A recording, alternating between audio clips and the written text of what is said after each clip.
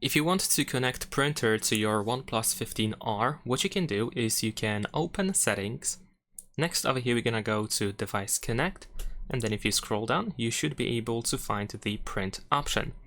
Now in here we can find the default print service, which we can use in order to try to find your printer over here on this list of available devices. However, if it's not gonna detect your printer, you can use this plus button in the upper right corner, and you can try to search by IP address, or you can use the Wi-Fi direct if your printer has one.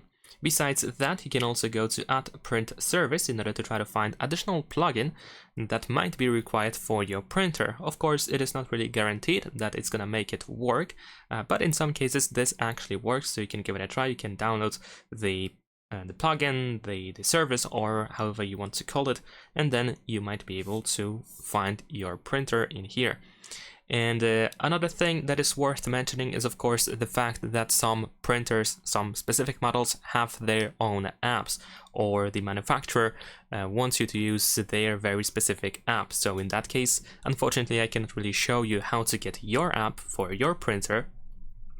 So you have to check the user manual, for example, of your printer, of course, in order to try to find the information about the app that you are supposed to use. And of course, then you should be able to find it in the Play Store for free.